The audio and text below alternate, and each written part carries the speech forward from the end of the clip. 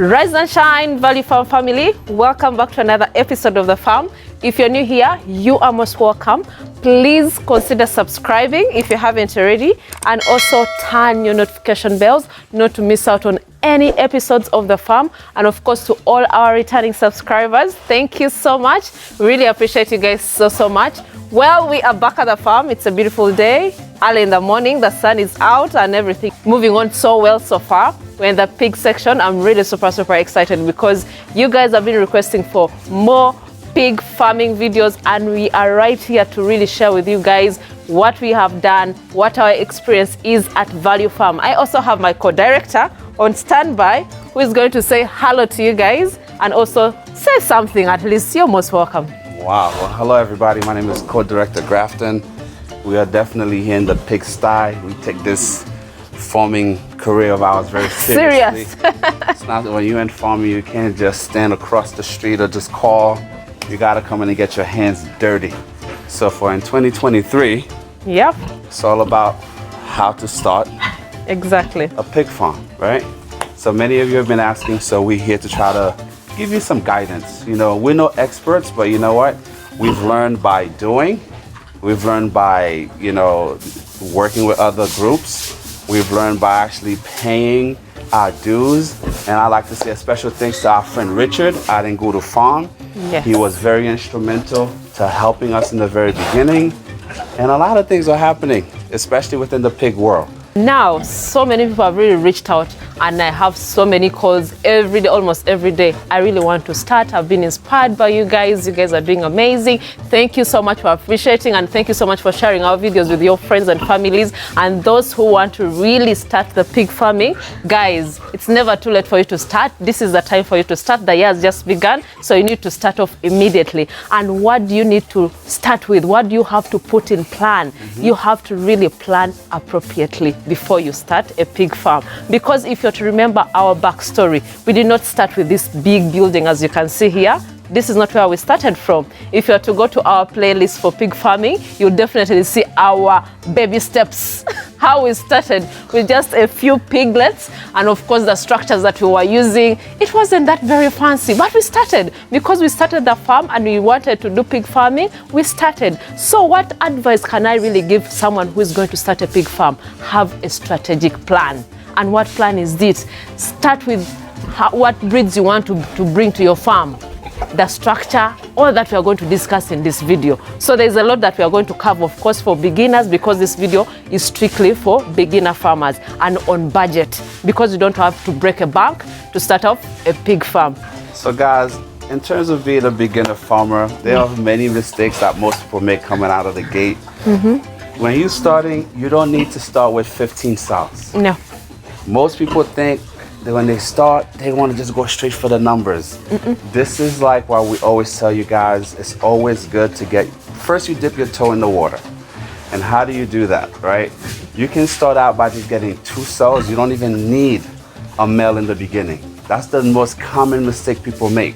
You want to first rear your 2 sows. If you get 3, you consider the commercial farmer, right? True. So once you get those 3, or if you get 2, just know you have to have your structure. Don't build a structure for 2 pigs. You understand? When you have 2 female pigs, just expect to have your structure built for at least like 60 to 80. You understand? Definitely gonna wanna have a maternity ward when those sows are confirmed pregnant, where you're gonna separate them, where you're gonna isolate them to give birth, and how to care for the piglets. Just know the moment you cross your sow, 3 months, 3 weeks, 3 days, expect piglets. Exactly. They're never late. They're always on time. Actually, come to think of it, I wish more people behave like pigs in that manner, right? There's no such thing as African time or black people time when it comes to pigs. You know the moment she's pregnant, you know, just set your calendar. You know you're gonna expect piglets within that time frame. That's number time 1. frame, Which yes, is really nice, because you know you're not gonna get caught off guard. That's Exactly. Number 1. That's number 2, please and please, if you go to a farm to buy your piglets, make sure these people actually keep their records. Make sure you're getting the right genetics. True. Don't just buy a pig just based on the fact that it looks nice. Or the you color. understand? the color, the fact that it looked nice, and the owner is saying, that one's gonna be a giant. That means absolutely nothing. Because the most common mistake, the second most common mistake people make, they spend the money on the structure, they spend the money on actually preparing their feeds, right? But then by the time they go out to actually stock, they meet somebody at the gas station, at their church, in the neighborhood, who probably reared pigs maybe like 25 years ago. That is and true. they're telling, oh, my aunt has pigs. Oh, my uncle has piglets. And then because that's a family friend, you're thinking like, oh, okay, I want to support that person. Then you go, you make your purchases from there, and guess what? You buying locals. And let me tell you, the curse of this continent when it comes to buying stock for pigs, you don't want to get stuck with the locals, because you know what's going to happen with the local pig? You're going to feed them for a year and they're never going to exceed more than 35 to 40 kgs. Okay? Don't set yourself up for failure. We always tell you guys, cheap is the most expensive mistake you can make. Okay? That is so true. So I would say, don't just buy random pig stock from anyone. Make sure you do your due diligence. And again, do not go cheap. Yes, we're using these mechanized nipple drinkers here, but even if you can't put it like this in your pen, you can always just use the drums. Yes. They have the field nipple drinkers where you literally can get a plumber to just put that nipple drinker in a drum for you. And the pigs, you just have to tap it a few times. They're so smart. Exactly. They're gonna learn how to drink from that nipple drinker. And believe me, in terms of size, development, feeds is important, but water is equally as important. Very, very Just important. think about yourself, right? You know, as young kids, we've all been greedy. The moment you start to drink, do you remember, like, if you ever been a fast eater, by looking at me, you know I'm a fast eater. I've been like that ever since I was a kid. Sometimes you go a little too fast and you need to take a drink, right? That's what happened with every single pigs. Yeah. It happens like that every time they feed, because the maize bran itself is very dry. And if they get that stuck down their throat, they're not gonna wanna continue to eat. So they need to get a drink of water to move it along. The more water they drink, the more they're gonna be able to eat. Just think of it from that standpoint. That way you know the value of having water inside these pens, because no water, the feed is just gonna sit there. That is and pigs are very picky. No matter what people tell you, if that food stays out too long, Too long they don't eat it becomes stale. They're just gonna stare at it and they're not gonna eat it. That is so true. What else? Same to the water. In case you're going to use the drums, They get it dirty. if as long as you get it dirty, the water is going to stay there, and you may think there's a lot of water for them, yet they're not really drinking it, so they're very picky. This also brings for me to a point that to someone I was speaking to yesterday, he wanted to buy piglets from us. Yeah. And of course he wanted good ones, good breeds from the ones he has been seeing on the videos. Yeah. So I was advising him, I was telling him which breeds he could start with as a beginner. I was like, I have a very small budget, but I don't want to really invest so much into my genetics right now. I'm And getting I was chewed like, on by the pig. yeah, that is true. That is that's so friendly. So I told this guy, like, so what how many pigs do you want? Then he was like, he wanted to only get 2. I was like, okay, that is fine. Then he was like, others I'll just get from my local friends. Biggest mistake. I told him that was the biggest mistake that he was really making. Was like, now at this stage, I'm just constructing my building. Then I told him, okay, you're constructing your building, but the genetics really matter. You may construct a very nice building, put so much money into it, but when you bring in the breeds and you're breeding for so long, you're going to really get very frustrated. Same to the building. We talked about the building. I told him to use basic materials. Where he is, not really to invest so much into these materials. Like, you can just get the bark of the trees. You start small, at least as long as the structure is very comfortable for the pigs, there's shelter for them. With time, you grow when you sell these pigs, of course. So it is really very advantageous for beginners not to really make these mistakes, because we've really emphasized, we've stressed them out all the time that, guys, do not make this mistake. These are some things that are going to really cost you a lot in the long run. So these small things that we tell you, like water, that at least dig a well so that the water is available all the time. Those are small things that you need to really put more focus on. Then also the feeds. Before you start, at least make sure that you have your source for the pigs. You may not have the land, because some people are just starters. They have small pieces of land and they want to grow their own maize. We always advise you, grow your own maize before you start your pig farm. But there are some that say that, okay, I will grow, but I want to start immediately. But also source out for the best millers that you can go to. Do not go to any miller just like that. That's such a great point. Yes. Because let me tell you guys an experience we had in the beginning. And you know, the beauty about coming here to Value Farm, finding these videos online, we give you the truth. True. Nothing but the truth, because we've had challenges with exactly what my partner is discussing. Because you may go to a miller in your area, that's not ethical. Yeah, true. And what used to happen to us in the beginning, when we used to just buy most of our maize bran, even our broken, to mix our feeds here, you'll find that the millers will purposely wet True. the maize, especially the broken. And then they'll wet it so that it could weigh more, so that they can sell you realistically what's less, but then they would weigh far more. Yeah. So by the time you get that broken to your farm, if you're unaware that it's wet, it sits there in storage. What happened to wet maize? It gets spoiled. And so when your animals eat that, the maize that has the fungi and all these other microtoxins growing in there, guess what? That's a very easy way to lose your entire flock. Exactly. You understand? So again, you don't go cheap. You find somebody that might charge you a few, maybe 5-10 cents more. Don't cry. You understand? You do what you have to do, because in the end, you know you're in business. That is true. And in business, believe me, you have to make sacrifices. Like, I'm standing here, these piglets are chewing on my pants. But we do this for you because we love you guys. We want to educate you, okay? Yes. So it's the same thing when it comes to these feeds. You want to make sure you find a reputable miller.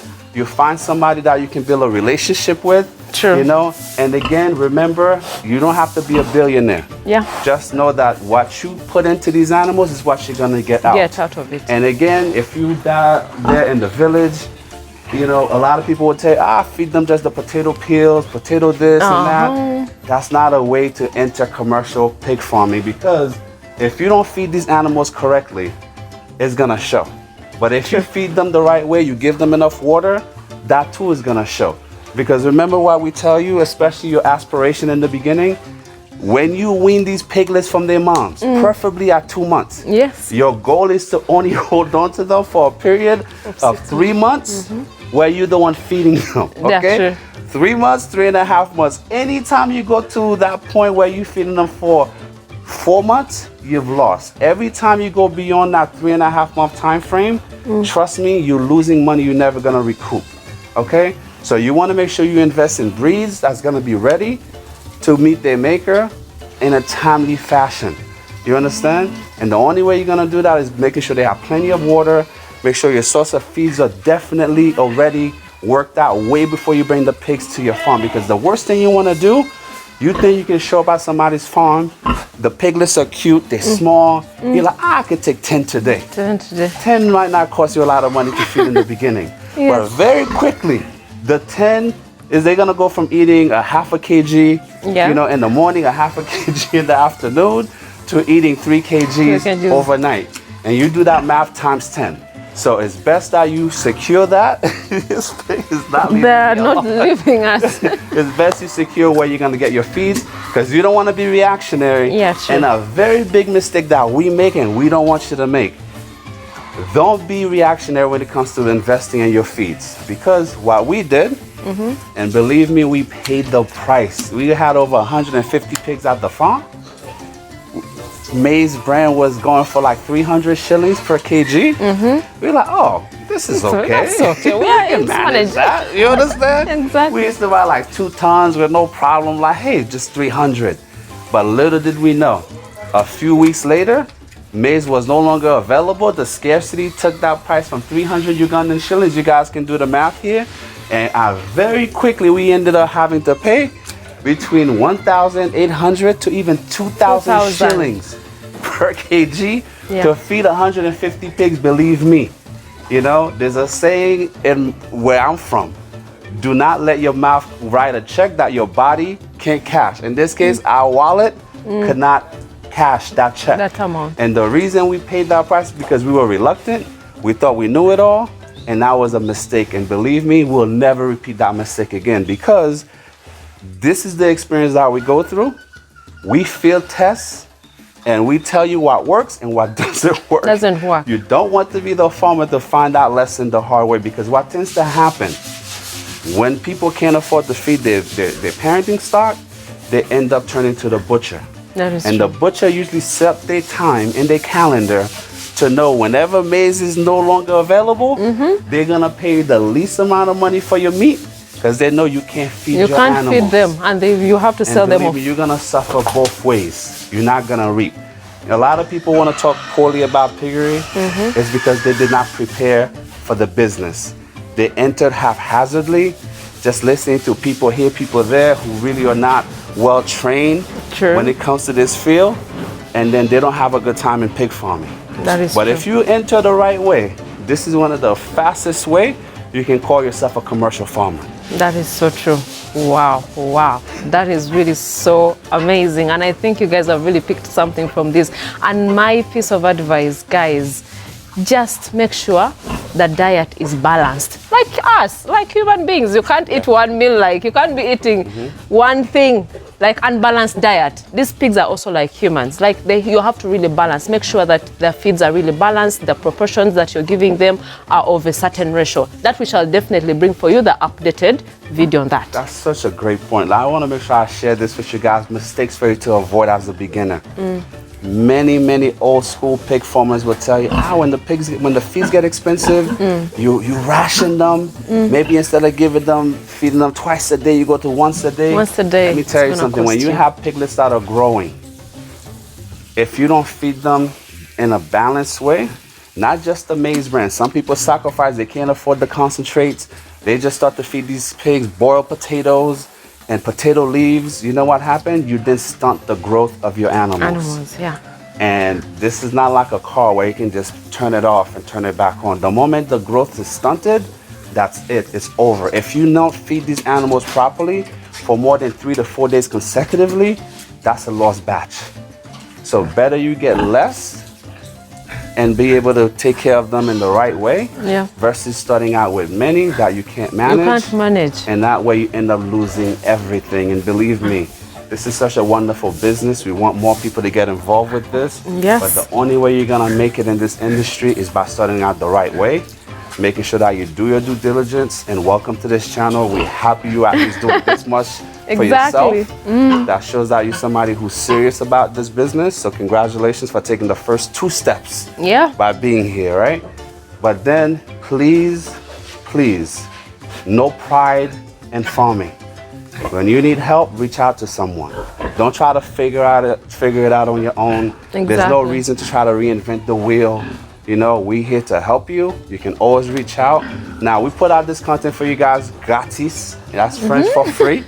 But if you need more detailed help, you can always book us for consultation. And we're here to give you all the nitty-gritty when it comes to this business. Because let me tell you, you can spend a little in the beginning and you can reap big in the end. Or you can go very cheap in the beginning and up spending even more in the end.